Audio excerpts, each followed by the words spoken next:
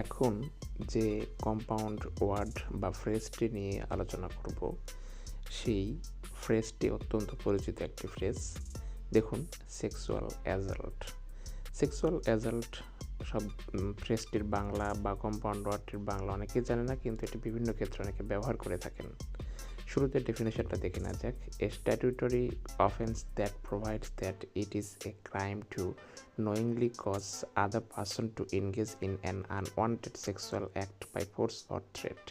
Most states have replaced the common law definition of rape with statutes defining sexual assault. অর্থাৎ এই sexual assault এই ডেফিনেশনটা বাংলা করলে যে বাংলাটা দাঁড়ায় সেটা হচ্ছে,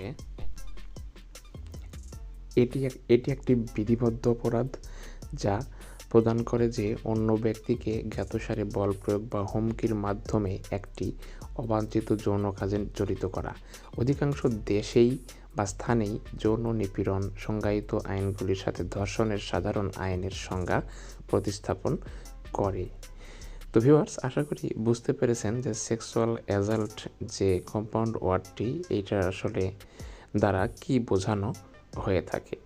এখন দেখা যাক একটি সেন্টেন্সে প্রয়োগ করলে অর্থটা আরও ক্লিয়ার হয়ে যাবে।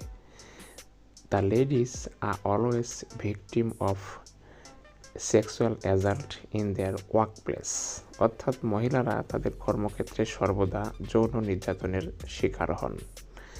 সেক্সুয়াল অ্যাসাল্ট এর সিনোনিমগুলো হচ্ছে sex crime, sex offence, sexual abuse অর্থাৎ যৌন অপরাধ, যৌন নিপীড়ন অথবা যৌন নির্যাতন হিসেবে ব্যবহার করা যেতে পারে।